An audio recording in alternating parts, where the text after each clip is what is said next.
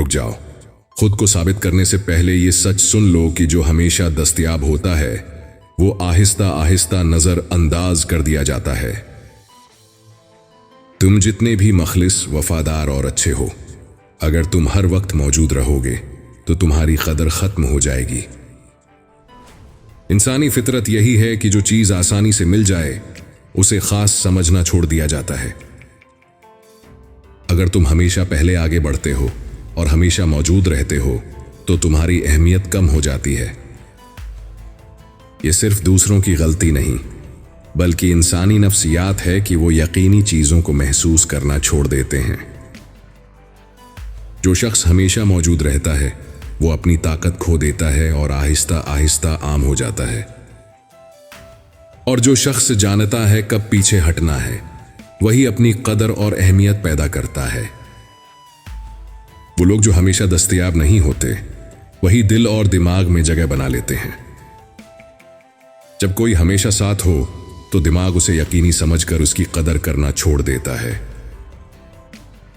जैसे हम रोज बिजली को महसूस नहीं करते वैसे ही हम हमेशा मौजूद लोगों को भी नजरअंदाज कर देते हैं। सबसे तकलीफदेह हकीकत यह है कि अच्छे और मुखलिस लोग सिर्फ इसलिए नजरअंदाज हो जाते हैं क्योंकि वो हमेशा साथ रहते हैं। असल हल ये नहीं कि तुम ज्यादा समझाओ बल्कि यह है कि तुम खुद को थोड़ा पीछे खींच लो। अपने आप को पीछे खींचना कमजोरी नहीं बल्कि अपनी कदर को बचाने का सबसे मजबूत तरीका है।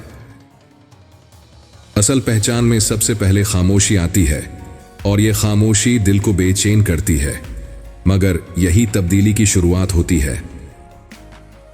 जब तुम खामोश हो जाते हो तो दूसरा इंसान तुम्हारी गैर मौजूदगी को महसूस करना शुरू कर देता है। इंसानी दिमाग अधूरी कहानी को बर्दाश्त नहीं करता, इसलिए तुम्हारी कमी उसे सोचने पर मजबूर करती है। जब तुम गायब होते हो तो सवाल पैदा होते हैं और उन्हीं सवालों से तुम्हारी कदर वापस आती है। असल तब्दीली इसमें नहीं कि वो वापस आए बल्कि इसमें है कि तुम खुद को दोबारा पालो। जब तुम किसी के पीछे भागना छोड़ देते हो तो तुम अपनी इज्जत और सुकून वापस हासिल कर लेते हो। तुम खुद को छोटा करना छोड़ देते हो और अपनी असल ताकत को पहचानना शुरू कर देते हो।